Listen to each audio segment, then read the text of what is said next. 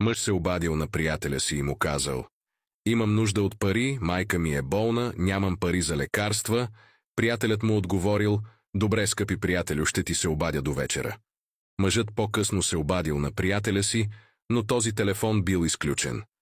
Опитал се да се обади отново и отново, докато не се отказал, и тръгнал да търси друг приятел, който може да му помогне, но не можал да намери, тъжен и разочарован от този приятел, който го оставил и си изключил телефона, от когото се нуждаеше. Когато се прибрал вкъщи, намерил торба с лекарства, близо до възглавницата, на която майка му спеше. Попитал брат си: „Какво се е случило?“ „Твоят приятел дойде и донесе тези лекарства.“ Тръгна си просто усмихнат.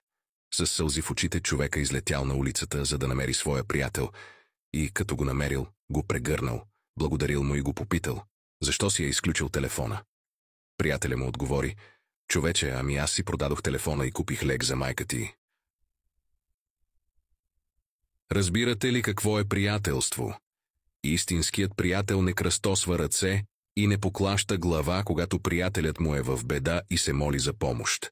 Истинският приятел е като роден брат, като баща, като майка. Напиши в коментарите: искам още великолепни истории, ако ти хареса това, което чу.